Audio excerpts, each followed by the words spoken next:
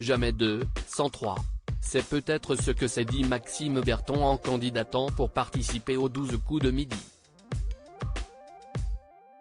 Si son nom ne vous dit rien, celui qui défiait Céline, la nouvelle maître de midi, ce mardi 28 mars, n'était pourtant pas un inconnu pour les téléspectateurs les plus aguerris.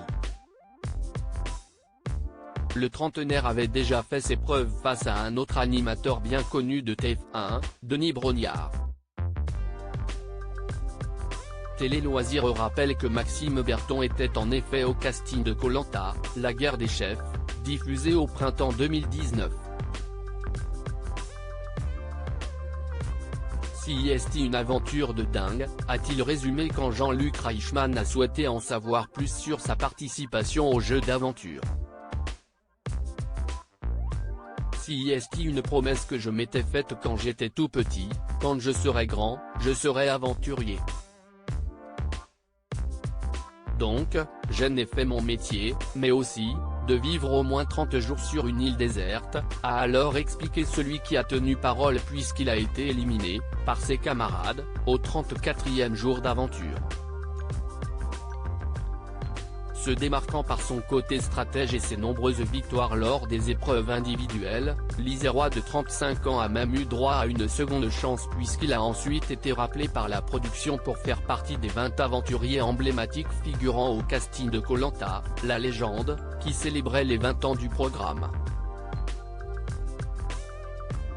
Son aventure s'était alors arrêtée au bout du 12e jour de compétition. Koh-Lanta la légende, découvrez le casting de cette saison All Stars. Ça explose de saison en saison. S'il n'a donc pas remporté le précieux totem, Maxime Berton reste fan du programme et avoue continuer de le suivre, sauf quand ça tombe quand il est en expédition. J'ai l'impression que ça explose de saison en saison.